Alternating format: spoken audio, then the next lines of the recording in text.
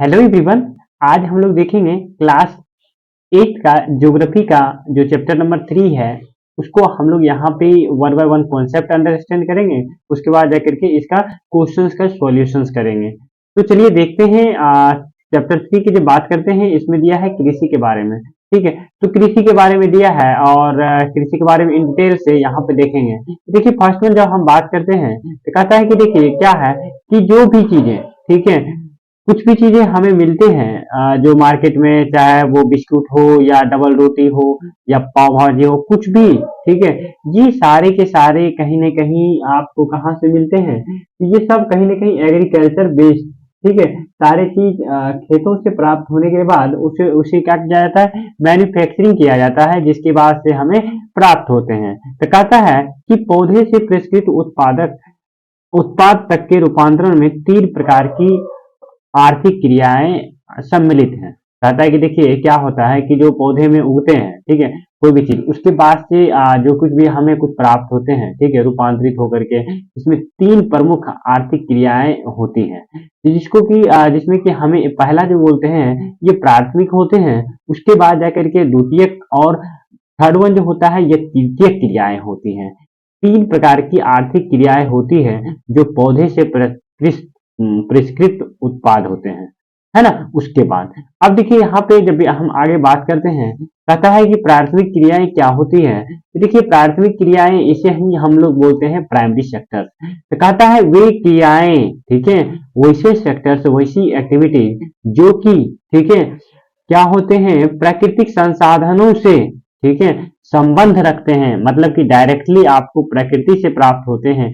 जो natural resources हैं उससे हमें प्राप्त होते हैं, उसे क्या बोलते हैं? हम उसे बोलते हैं प्राकृतिक संसाधन। और उसी को, वो जो एक्टिविटीज होती है उसे क्या बोलते हैं? प्राथमिक क्रियाएं बोलती हैं। तथा उत्पादन और निष्कर्षण से, जैसे कि कृषि, मत्स्यान और संग्रहण, इनके अच्छे उदाहरण है। ठीक है, तो देखिए आप प्राथमिक जो क्रियाएं होती है इसमें आपका क्या क्या आ जाता है? इसमें पहला आप कृषि आ जाता है, उसके बाद मत्स्य हो जाता है, ठीक है, उसके बाद फॉरेस्ट्री आ जाता है। ये सारे चीज क्या होते हैं? प्राथमिक क्रियाओं के अंतर्गत आते हैं, है ना। उसके बाद देखिए यहाँ पे कहता है कि द्वितीय क्रियाएं। आप देखिए द्वितीय क्रियाएं की जब बात करते हैं, कहता है इन संसाधनों के प्रसंस्करण से संबंधित, जो कि जैसे कि इस्पात विनिर्माण है, डबल रोटी है, पकाना, कपड़ा बुनना, ठीक है, इन क्रियाओं के उदाहरण है। मतलब कि जो मैन्युफैक्चरिंग होती है, जैसे कि जो प्राकृतिक क्रियाएं, जो प्राथमिक क्रियाओं पे डिपेंडेंट होते हैं, प्राथमिक क्रियाओं के यूज करके, ठीक है, उससे फिर नया, ठीक है, कुछ बनाना ही जिस क्रिया के माध्यम से होती है उसे क्या बोलते हैं? द्वितीय क्रियाएं बोलते हैं, है ना। अब चलिए फिर आगे बात की गई है तृतीय क्रियाएं की। अब देखिए यहाँ पे तृतीय क्रियाएं क्या होती है? कहता है प्राथमिक क्रियाएं तथा द्वितीय क्रियाएं क्षेत्र को सेवा कार्यों द्वारा सहयोग प्रदान की जाती है। जैसे कि मान लीजिए कोई यातायात है, कोई व्यापार है, ठीक है, बैंकिंग है, बीमा है, विज्ञापन है, ये सब क्या हो गया? ये सब तृतीय क्षेत्र है, मतलब सर्विस सेक्टर, सेवा करने यानी सहयोग करने, यानी कि प्राथमिक क्रिया और द्वितीय क्रियाओं को सहयोग करने की जो क्रियाएं होती हैं, ठीक है, उसे हम लोग क्या बोलते हैं? उसी को हम लोग बोलते हैं तृतीय क्रियाएं, है ना। अब चलिए, अब देखिए हम बात करते हैं जब एग्रीकल्चर की यानी कृषि की जब बात करते हैं, तो कृषि जो है ये क्या है? प्राथमिक क्रियाएं है, ठीक है, मतलब प्राथमिक क्रियाएं के अंतर्गत आती है ना। जिसमें कि आप फसल हो गया, फल हो गया, सब्जियां हो गया, फूलों का उगना हो गया, है ना, इसके साथ साथ पशुधन हो गया, इसी में शामिल है।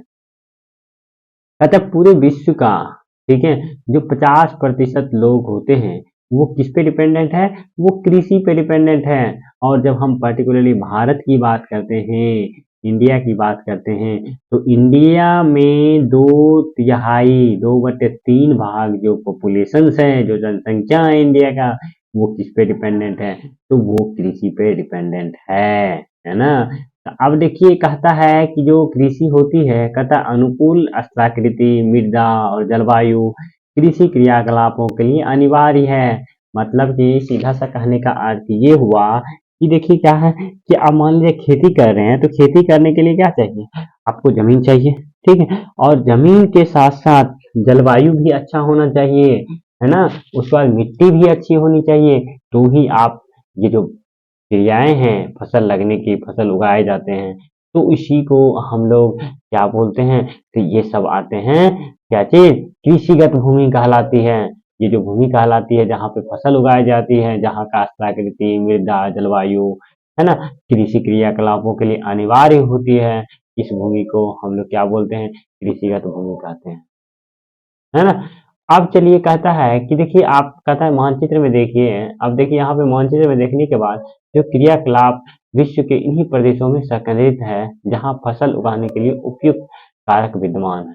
देखिए यहाँ पे ये जो एक्टिविटीज हैं, इस एक्टिविटीज को देखने के बाद आप एक चीज ऑब्जर्व कीजिएगा, यहाँ पे कहाँ कहाँ पे है, देखिए यहाँ पे जो भी स्थलाकृति है, ठीक है, कारक हैं, ये सब जैसे कि यहाँ पे जल हो गया, ये सब क्या है, कहीं न कहीं जितने भी हैं, देखिए ये सब हिंद महासागर हो गया, अटलांटिक हो गया, यहाँ पे क्या है, क्लाइमेटिक कंडीशन सही है जिसके कारण आपको फसल उगते हैं, है ना। अब देखिए, अब हम आगे बात करते हैं, तो देखिए यहाँ पे देखिए ये जितने भी आपको इस कलर से ये वाला भाग, इसमें भी देखिए ये सब भाग, ये सब जितने भी इस कलर से हैं, देखिए ये सब क्या है, ये सब कृषिगत भूमि है, ठीक है, ये सब कृषिगत भूमि है, ठीक है, ये क्या है, कृषिगत भूमि है जहाँ पे की खेती अच्छे से होती है। अब देखिए आगे हम बात करते हैं, आगे कहता है कि देखिए डिफरेंट डिफरेंट ये कभी कभी आपसे एग्जामिनेशन में पूछा जाता है, ठीक है। देखिए यहाँ पे कल्चर, ठीक है, इसमें अगर एग्रीकल्चर कर दें तो ये कृषि हो गया, यानी कि मृदा की जुताई, फसलों का उगाना और पशुपालन का विज्ञान कला में जो जिसके पास हो उसे जो होती हैं, इसे क्या बोलते हैं, इसे बोलते हैं एग्रीकल्चर, ठीक है। उसके बाद एक करके सीरीकल्चर, सीरीकल्चर कहने का अर्थ है रेशम उत्पादन से संबंधित होते हैं, ठीक है, इसमें रेशम कीटों का वाणिज्यिक पालन होता है, ये कृषक के आय को पूरक होते हैं, है ना। अब चलिए फिर आगे कहता है पीसी कल्चर। अब जब पीसी कल्चर की बात करते हैं तो पीसी कल्चर मतलब मत्स्य पालन, ठीक है, जो मछली पालन से संबंधित होते हैं उसे क्या बोलते हैं, पीसी कल्चर बोलते हैं। विशेष रूप से निर्मित तालाबों और पोखरों में मत्स्य पालन होती है ना। उसके बाद अगर के वीटी कल्चर की बात करते हैं तो ये हो गया द्रक्षा कृषि, ठीक है, जैसे कि अंगूर का, ठीक है, अंगूर की अगर खेती किसी को जानकारी है तो उसे क्या बोलते हैं, वीटी कल्चर। उसके बाद हमारा आता है हॉर्टिकल्चर, हॉर्टिकल्चर मतलब उद्यान, ठीक है, उद्यान कृषि, वाणिज्यिक उपयोग के लिए सब्जी, फलों एवं फूलों का लगाना क्या कहलाता है, ये कहलाता है हॉर्टिकल्चर, है ना। तो ये कभी कभी आपसे एग्जाम में पूछ ही लिए जाते हैं, इसीलिए इसको आप वीवीआई लिख सकते हैं, है ना। अब चलिए, अब हम लोग बात करते हैं कृषि तंत्र की। कृषि तंत्र के बारे में जब बात करते हैं तो कहता है कि कृषि या खेती एक तंत्र के रूप में देखा जा सकता है। इसके लिए महत्वपूर्ण निवेश बीज, उर्वरक, मशीनरी, श्रमिक है ना। ये सारी चीज को आपको अनिवार्य है। पहला निवेश बीज का लगाना, उर्वरक होना चाहिए, थर्ड वन मशीनरी होना चाहिए और फोर्थ वन क्या होना चाहिए, श्रमिक होना चाहिए। कहता है जुताई एवं बुआई, ठीक है, जुताई एवं बुआई, सिंचाई, निराई, कटाई, है ना। उसके बाद आपका इसकी क्या है, इसकी संक्रियाएं हैं, तथा इस तंत्र के निर्गतों के अंतर्गत फसल, ऊन, डेयरी, कुक्कुट उत्पादन आते हैं। ये सब क्या आते हैं, इसके अंतर्गत आते हैं, देखने को मिलते हैं। अब देखिए आगे हम बात करते हैं, तो कहता है कि कृषि के प्रकार, तो कहता है कि देखिए यहाँ पे कृषि के जब प्रकार की बात करते हैं तो पर्टिकुलरली यहाँ पे कृषि कहता है कि विश्व में कृषि विभिन्न तरीकों से की जाती है। कहता है भौगोलिक दशाओं, उत्पादन की मांग, श्रम और प्रौद्योगिकी के स्तर पर कृषि दो मुख्य प्रकारों में वर्गीकृत की जाती है, ठीक है। पहला होती है निर्वाह कृषि और दूसरा होता है वाणिज्यिक कृषि, है ना। तो पहला होता है निर्वाह कृषि और दूसरा होता है वाणिज्यिक कृषि। अब देखिए निर्वाह कृषि ये बोलते हैं, कहता है इस प्रकार की कृषक परिवार की आवश्यकताओं को पूरा करने के लिए, मतलब जैसे ऐसी कृषि जो कि मतलब कृषक के परिवार जो होते हैं उनकी आवश्यकताओं की पूर्ति करते हैं, उसे क्या बोलते हैं, निर्वाह कृषि कहते हैं।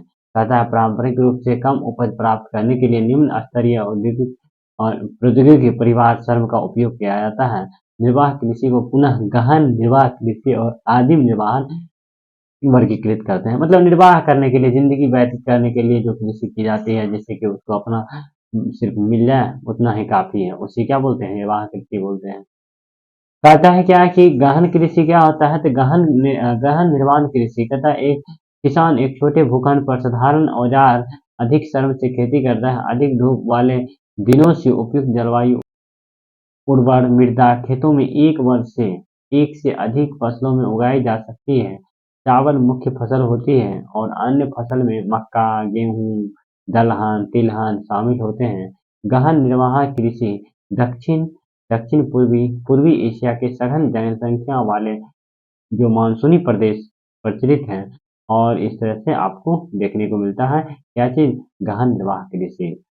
अब देखिए यहाँ पे गहन निर्वाह कृषि के अंतर्गत ही आपको देखने को मिलेगा क्या चीज़ तो आदिम निर्वाह कृषि कहता है कि देखिए आदिम निर्वाह कृषि की जब बात करते हैं कहता है साधारण स्थानांतरित कृषि या चालवासी प्रचलन पशुचरण पशुचारण शामिल है आदिम निर्वाह कृषि में, है ना।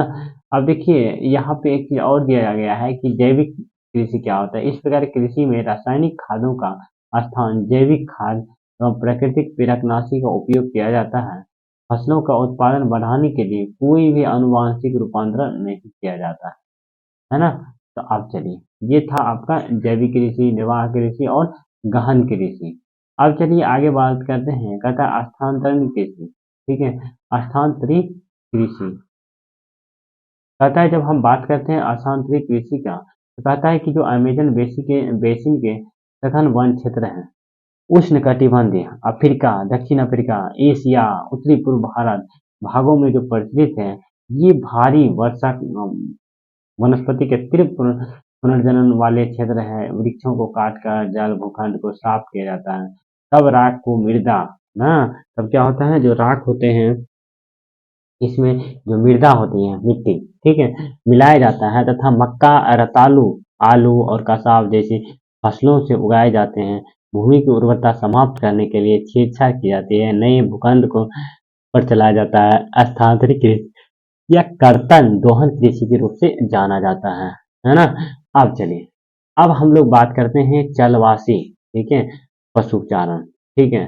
तो देखिए चलवासी यहाँ पे एक चीज और है उससे पहले देख लेते हैं कहता है स्थानांतरित कृषि विश्व के विभिन्न भागों में की जाती है नामों से जानी जाती है जैसे झूमिंग, ठीक है, उत्तर भारत में क्या है झूमिंग कृषि कहते हैं इसी को, ठीक है, स्थानांतरित कृषि को। उसके बाद मिल्पा मैक्सिको में कहते हैं, रोका ब्राजील में कहते हैं, लदांग मलेशिया में कहते हैं, ठीक है। तो ये जो स्थानांतरित कृषि होते हैं तो भारत में क्या नाम से जाता है उत्तर पूर्वी भारत के झूम कृषि के नाम से जाना जाता है झूम कृषि, है ना। अब चलिए अब कहता है आगे कि चलवासी पशुचारण, ठीक है, सहारा के अर्ध शुष्क और शुष्क प्रदेशों में मध्य एशिया भारत के कुछ लोग जैसे राजस्थान जम्मू कश्मीर से प्रचलित हैं। इस प्रकार की कृषि के लिए पशुचारक एवं पशुओं के साथ साथ पानी के एक स्थान से दूसरे स्थान होने के लिए काम आते हैं, है ना। और इस तरह से वो क्या करते हैं अपना मार्ग घूमते घूमते जल या बाधाओं और भूभाग प्रतिक्रिया से उत्पन्न पशुचारक मुख्यतः जो ऊंट होते हैं, मवेशी होते हैं, याक होते हैं, बकरियां होते हैं, ये पशुपालन परिवार के लिए मांस, ऊन, खाल और अन्य उत्पादन के लिए सहयोग करता है ना। अब चलिए अब देखिए आगे जब बात की गई है तो आगे कहता है कि वाणिज्यिक कृषि।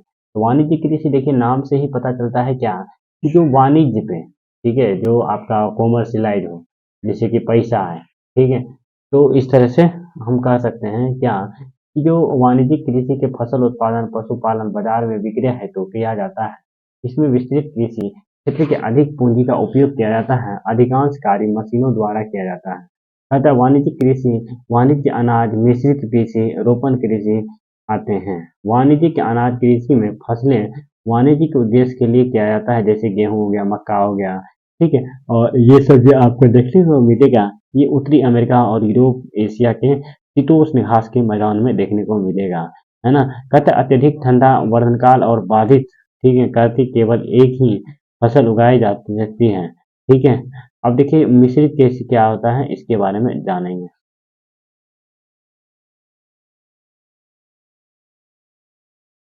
अब देखिए मिश्रित कृषि की जब बात करते हैं तो कहता है मिश्रित कृषि का उपयोग भोजन के, ठीक है, भोजन व चारे की फसलों के उगाने एवं पशुधन पालन करने के लिए किया जाता है। और इसके साथ साथ ये यूरोप के पूर्वी संयुक्त, ठीक है, राज्य अमेरिका, ठीक है, अर्जेंटीना, दक्षिण पूर्व ऑस्ट्रेलिया, न्यूजीलैंड, दक्षिण अफ्रीका में प्रचलित है। कौन सा मिश्रित कृषि, ठीक है। अब देखिए अब मिश्रित कृषि के बाद हम लोग देखते हैं जो आगे का है ये है आपका रोपण कृषि, ठीक है। अब देखिए हम जब रोपण कृषि की बात करते हैं तो इस कृषि में कहता है कि वाणिज्यिक कृषि का एक प्रकार है, ठीक है, यानी कॉमर्शियल कृषि जो होता है उसी में से एक प्रकार है, जहाँ हम लोग चाय, कहवा, काजू, रबर, केला, कपास, एकल फसल की क्या करते हैं, उगाते हैं, है ना? इसी को हम लोग क्या बोलते हैं, रोपण कृषि बोलते हैं।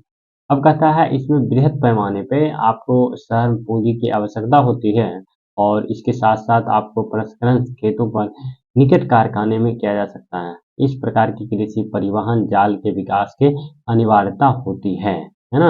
कहता है रोपण कृषि के मुख्य क्षेत्र विश्व के उष्णकटिबंधीय क्षेत्र प्रदेश में पाए जाते हैं, जैसे कि मलेशिया में आपको रबर देखने को मिलेगा, ब्राज़ील में आपको कहवा देखने को मिलेगा और तो और भारत एवं श्रीलंका में आपको चाय इसके कुछ उदाहरण हैं, है ना?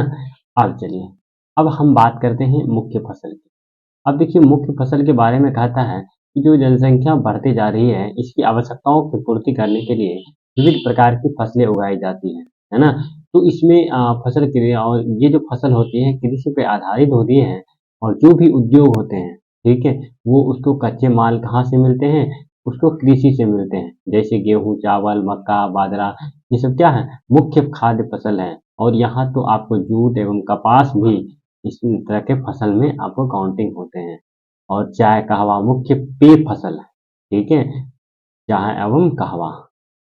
अब देखिए यहाँ पे मुख्य फसल में फिर आगे बात करते हैं चावल की।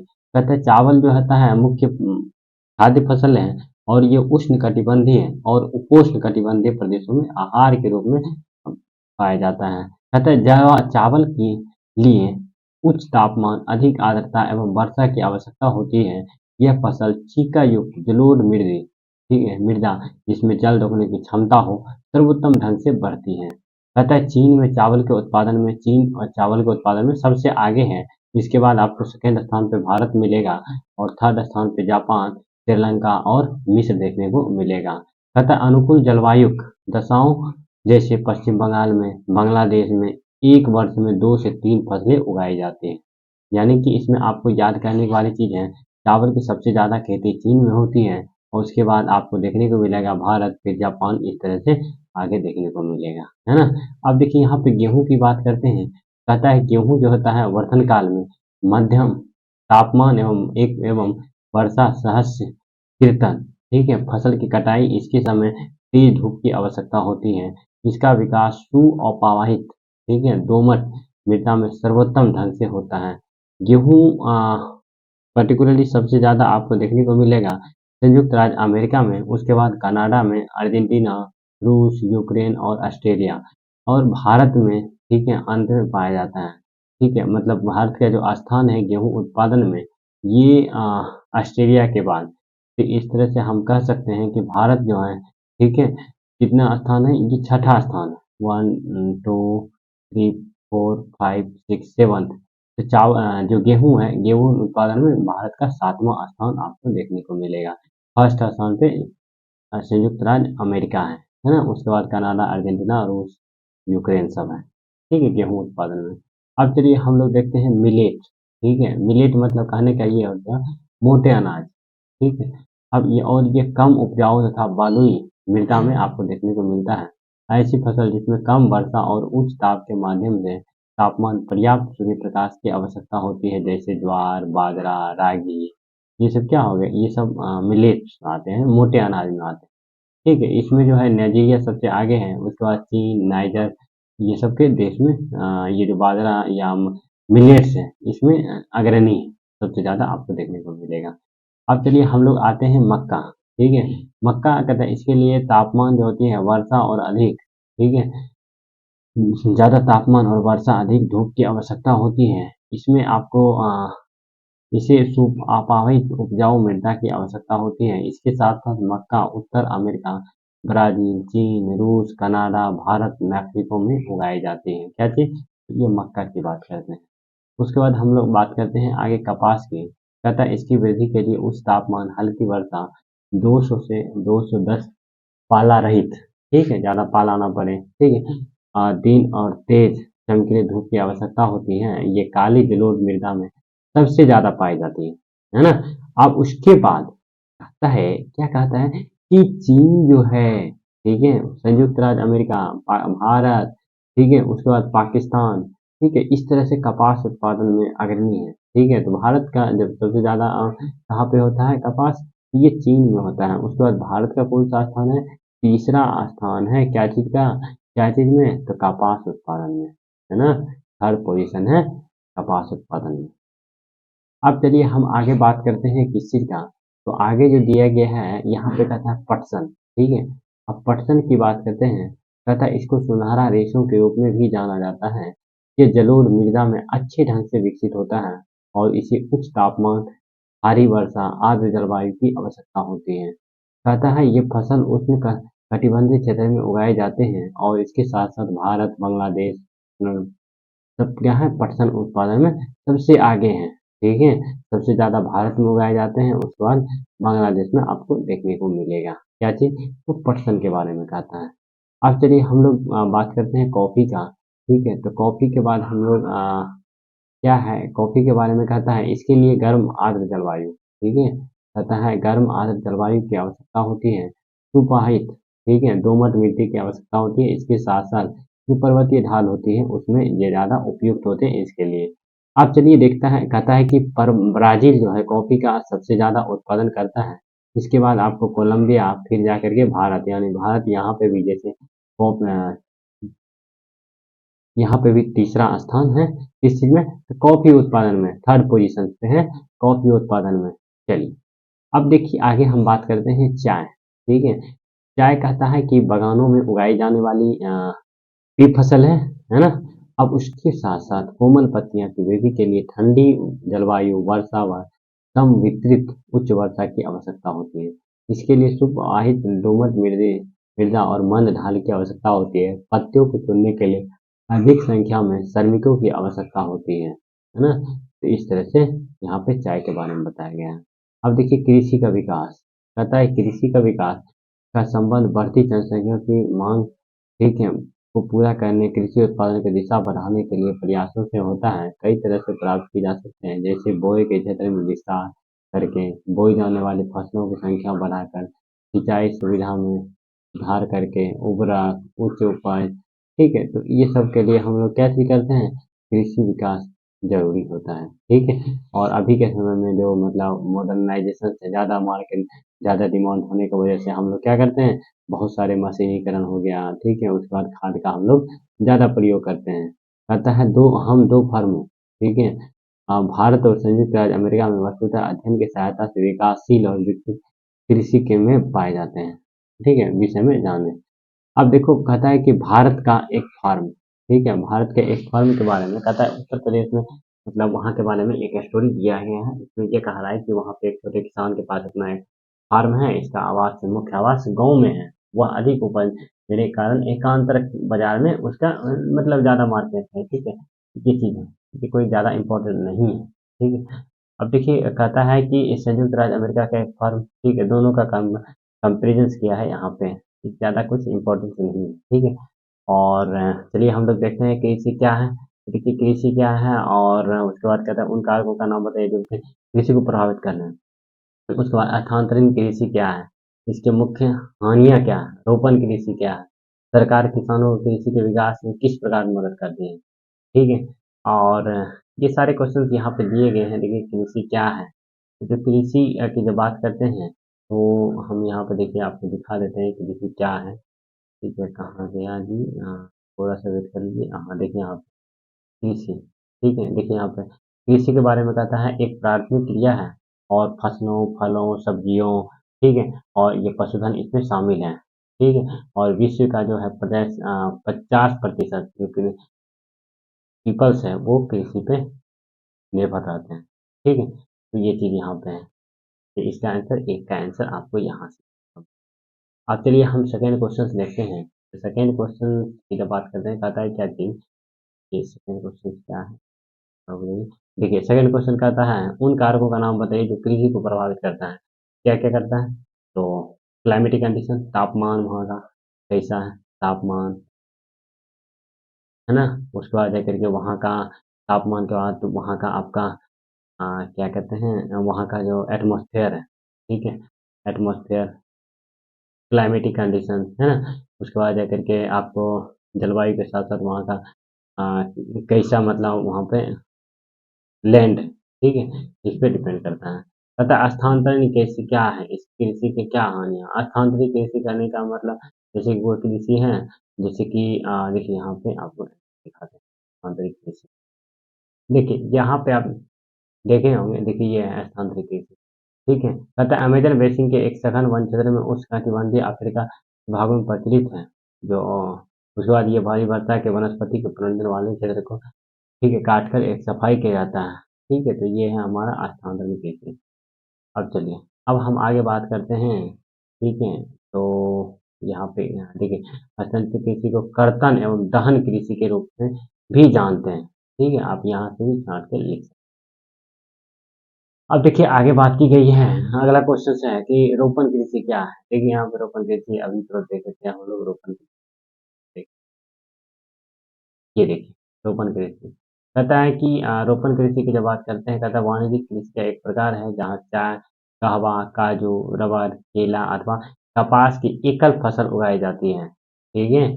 और इसमें बहुत सारे पैमाने पर श्रम पूंजी की आवश्यकता होती है और इस तरह से ये कारखाना में मिनिमम क्या है, इस प्रकार के प्रजाति के विकास के लिए अनिवार्यता है ना? रोपण कृषि का मुख्य उष्णकटिबंधीय प्रदेश में पाए जाते हैं, जैसे कि मलेशिया में आपको रबर, ब्राज़ील, कावा, भारत और ये सब इसके उदाहरण देखने को मिलेंगे, है ना? चलिए, अब हम लोग बात करते हैं अगला क्वेश्चन। जब अगले क्वेश्चन की बात करते हैं, तो यहाँ पे क्या है कि सरकार किसानों के कार्य के विकास में किस प्रकार मदद करती है? सरकार मुआवजा देती है टाइम टू टाइम, ठीक है? उसके बाद एमएसपी, ठीक है? मिनिमम सपोर्ट प्राइस प्रोवाइड करती है। और तो और गवर्नमेंट ये भी करती है कि उसके लिए बहुत सारे अ, स्कीम्स निकालती है, ठीक है? जिससे कि उसको प्रॉफ़िट होती है ना?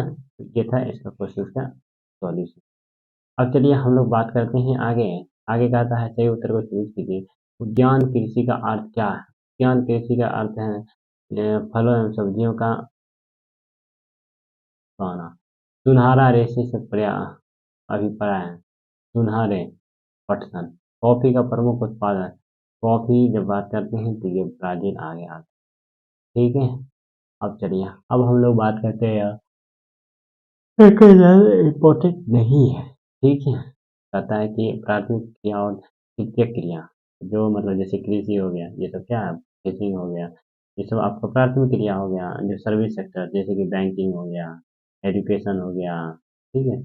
तो ये सब क्या हो गए? ये तृतीयक कृषि। निर्वाह कृषि और गहन कृषि। निर्वाह कृषि क्या होता है? जिसको वैसा कृषि जिससे कि मतलब पर्टिकुलरली अपने जीवन यापन के लिए कृषि करते हैं, ठीक है? और गहन कृषि तो आपको पता ही है, ठीक है? तो ये सारे क्वेश्चंस का हम लोगों ने सॉल्यूशन देख लिया और इसके साथ-साथ इस तरह से ये चैप्टर भी पूर्णतः कंप्लीट हो गया, ठीक है?